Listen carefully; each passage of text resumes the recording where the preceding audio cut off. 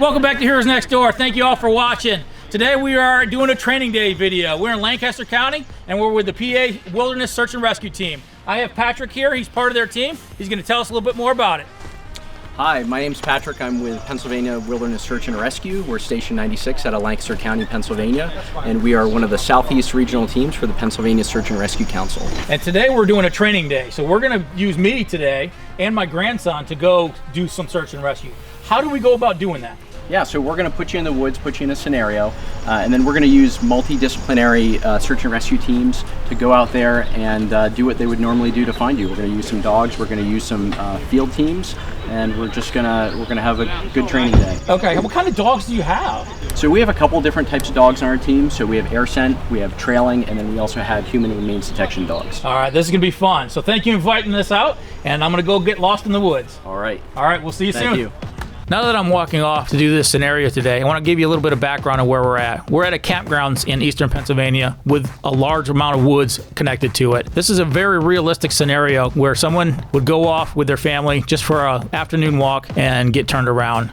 So using this kind of area is going to give these dogs a significant challenge. In this scenario, I'm simulating that I've been lost for 24 hours. Very realistic for this team to use that kind of time frame because that's normally when they get called in. It takes them a little bit as volunteers to make their response to wherever area they're going, set up and start the searches. This team today is built up of all volunteers. Everything that you see in the video today, including their trucks, their equipment, their dogs, are all bought by them. They may get donations, so if you're able to help out and donate to the team, they'd appreciate it. But what's really unique about them is all their dogs that they use are certified by a third party. They actually use the International Police Work Dog Association to certify them every 2 years. And if they do not pass those certifications, they will not use those dogs on the next call out.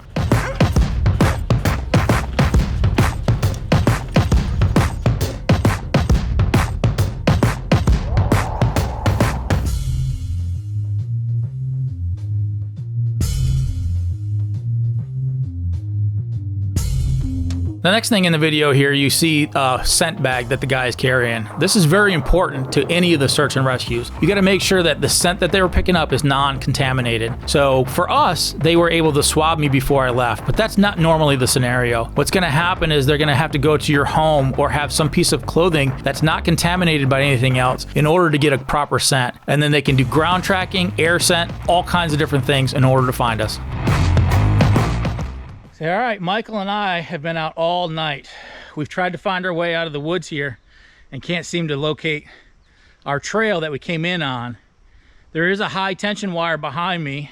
It's kind of an open space, but we're tired. We didn't sleep much last night. And you know, Michael's getting a little hungry. I'm sure he's got a diaper that needs to be changed. I tried to use my cell phone and I can't seem to get a signal. I got a little bit of battery left, but we are gonna have to wait for rescue. So hopefully rescue is gonna start pretty soon, and we'll see how it goes. The first dog that we're using is gonna be Dakota. She's a trailing dog. Notice how the handler has her on lead. She gives her the scent bag, and look how quickly she picks up on that scent as they begin their search.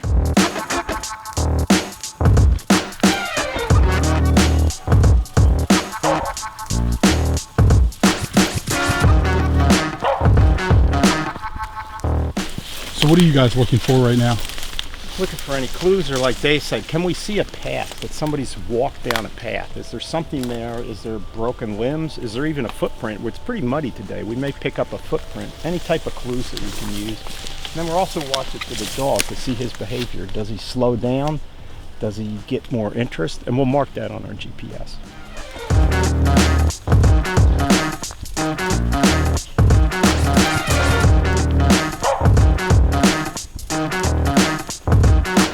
I really wanted to put these dogs to their test, so I tried to trick them a little bit. As I was walking into the woods and we were getting lost, I left a kind of a trail to distract them. What I ended up doing is leaving one of Michael's, my grandson's toys, out where we spent the night, and then we moved on. I was wondering, would this dog be able to pick it up and move forward?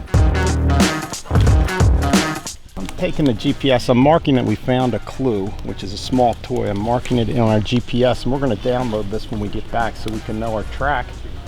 And Dave's going to take a picture of the toy so we can see if it's associated with the lost subject.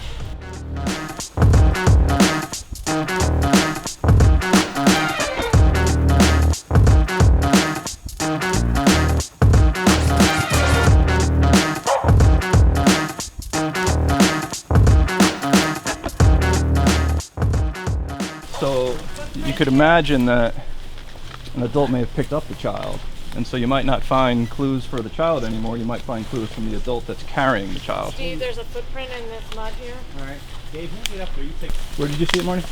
Right there, there's a tread. There's 2 treads right here.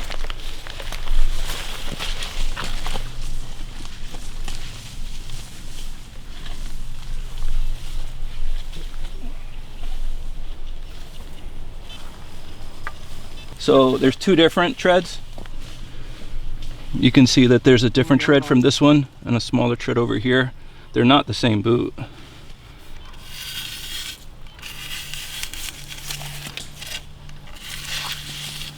And this is their left foot. I'm going to take a quick measurement, guys. Maury, if you want to keep going, I can do a video. Since it's a partial, I'm just going to take the width and then what I can find for the length.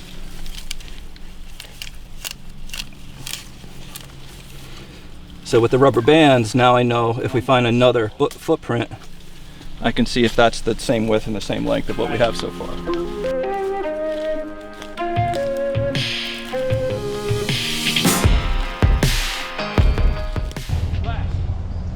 Oh, you hear something? I hear a plane. Should I go see where the plane's coming? See if they can find us. I hear a plane. Here, come here. Maybe we can go see the plane.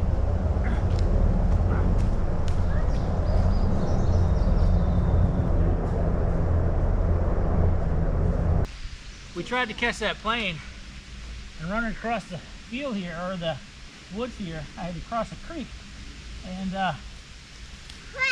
yeah, we ran fast, but Grandpa twisted his ankle.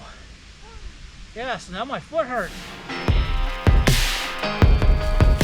As you continue to watch Dakota track us down, I did a couple of different things. I stopped, I circled back, I went to areas that were real thick, real thin. But if you watch Dakota very closely, she stops at the exact same places that I stop.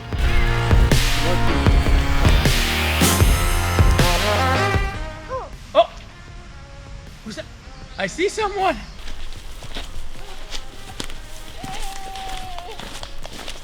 Say, hey!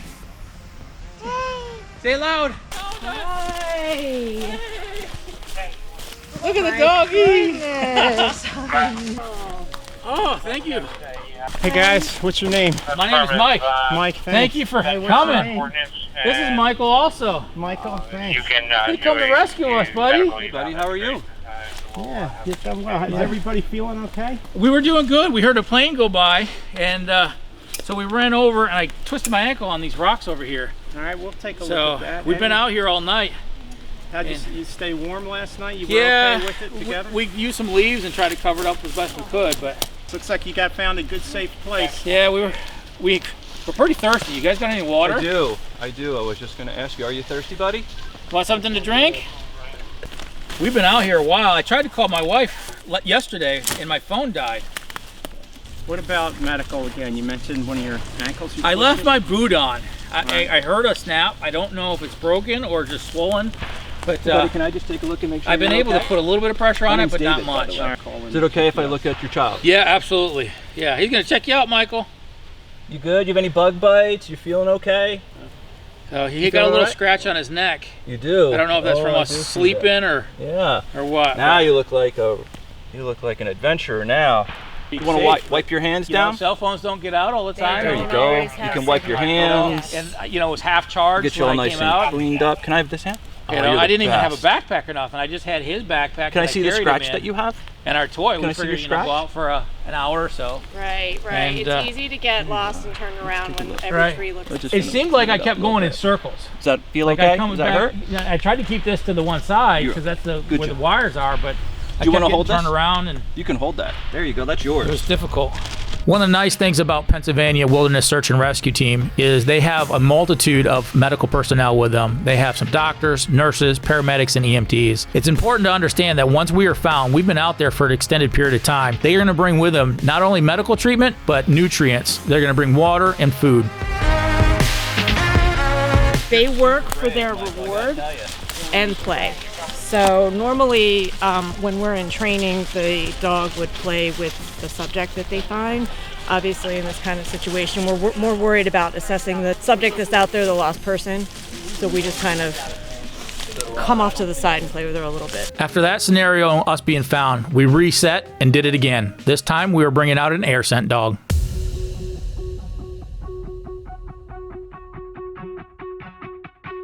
He's got a GPS collar on. That's what that collar is. It's not like a shock collar or anything. Yeah. That's a GPS collar, so we can track him.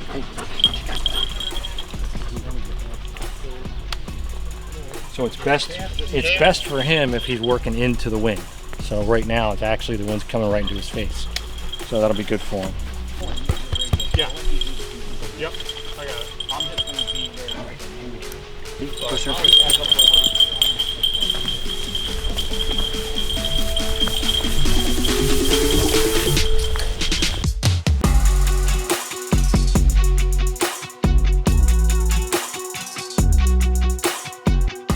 When he was out here, he picked up some odor. I'm sure he's picking up some odor down in here.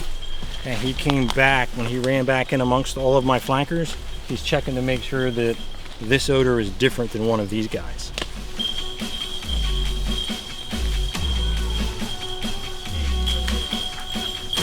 Yeah, he has a bell on. It's called a bear bell. That way, if we encounter bears out in the woods, it hopefully will spook the bears away. But it's also, we use it so we can tell where the dog is, since he could get, 200-300 yards away. Hopefully I would still be able to hear where he is. His trained final response when he finds these people that we're looking for is he's going to come back and he's going to rip this ball off my side, and then he's going to take the ball back. I'm going to tell him, show me, and he's going to lead me back to wherever the lost person is. So that's what his trained final response is. Some people will use a bark, like the dog will come back and bark at the handler and then go back. Chase has been taught this. So, come on, bud.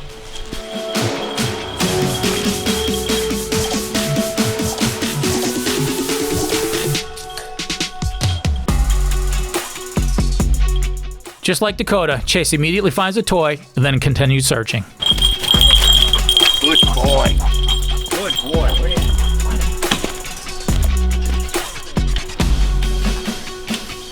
Devin is tagging it with GPS.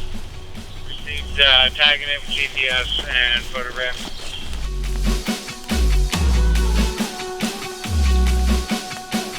Name's Devin Zangari. I am flanking right now. So I'm working with the dog, but I'm also staying in a search lane and looking for clues that maybe the dog isn't looking for. Looking for personal items, anything that could have fallen, any kind of clue that would lead us to the missing person.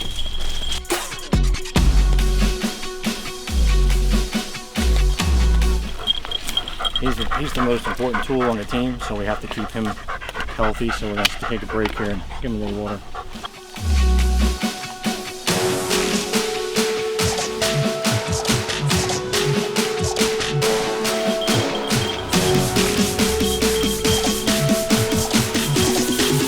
What's very cool about this, even though it's an air scent dog, he finds the exact same place where we stopped, spent a little extra time, and then moved on. Chase takes the time to investigate to make sure we're still not there.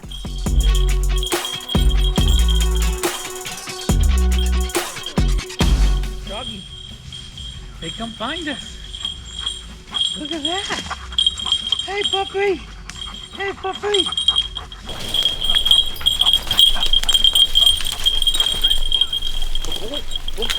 Show me, bud. Where they at? One of the coolest things about these dogs is they are very gentle. Even though they are certified by the International Police Working Dog Association, they are not police dogs. They are very gentle to children, people with special needs, elderly that may have dementia. As they come up on us and find us, that dog just wants to sit down and play because it's done its job, it's found us, and now it's just going to be able to relax. So it's a matter of creating scenarios of things that you've experienced as a searcher. You know, are you looking for hunters that have been like, oh, okay, yeah, this looks familiar, I think I can find my way out?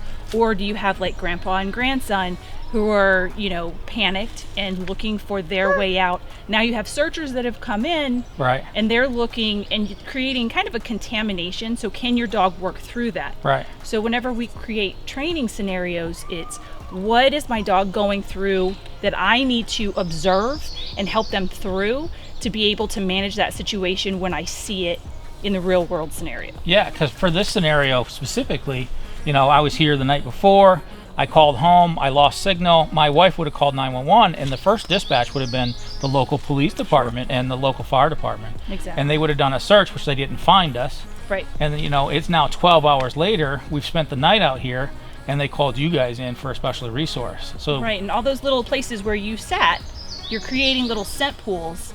They're aging a little bit, but every time you get up and move, you're creating another scent pool. So what does my dog do when it encounters one? Right. And then it moves on and catches another one. Or what does it do when you have multiple flankers? You're ready to go. I know, we're gonna that go. all create a different scent. Right, So, right. yeah. Very cool.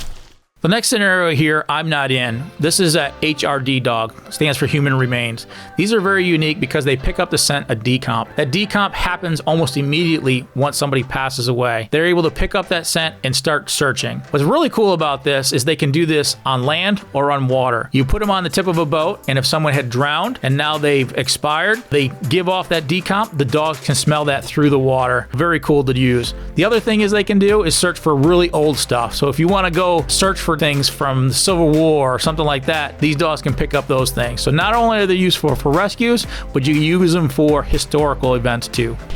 So the first thing I'll do is check the air, see what the wind is doing. And it's blowing up this way. Her command is just to search. She does only human detection. There he goes. Search.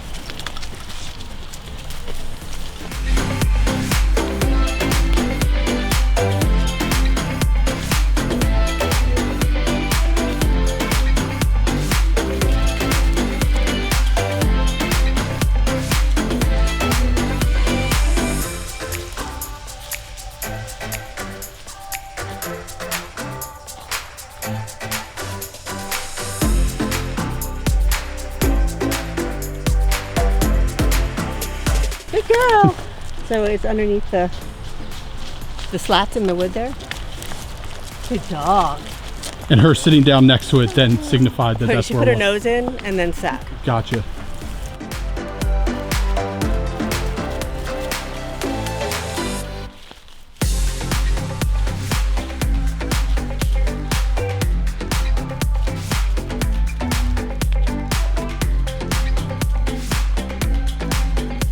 Been out here for a while, so there's a big scent pool.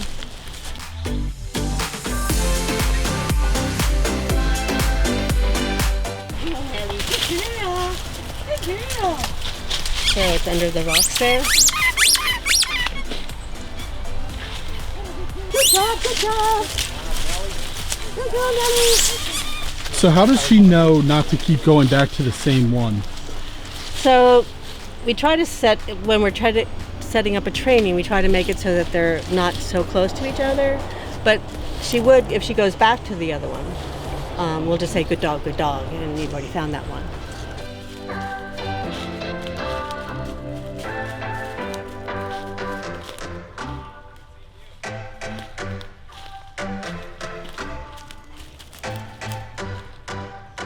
Good girl, good girl, good girl.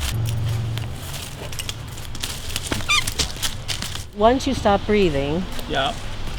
You start decomposition right away. Right. So if it can be just a couple hours of death, or Okay. it could be, days or weeks. Okay. So she's not trained to look for a live So person. it's a very specific smell that she's looking for. Yes.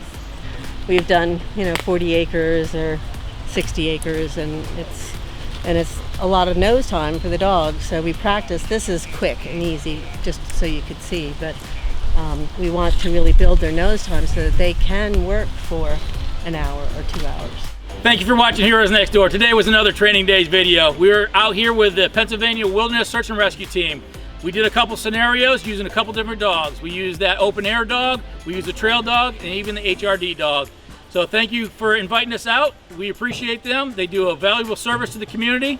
Once again, if you're interested, get a hold of them on their website. If you want to join or you want to work with them, they'd be happy to hear from you. Do us a favor, hit that subscribe, hit that notification. We're building up to that 50,000 mark. We're getting there with you guys. So thank you very much. Thank you, Michael, for coming out with us. We appreciate you hanging out with us today. Once again, Heroes Next Door, thank you for watching.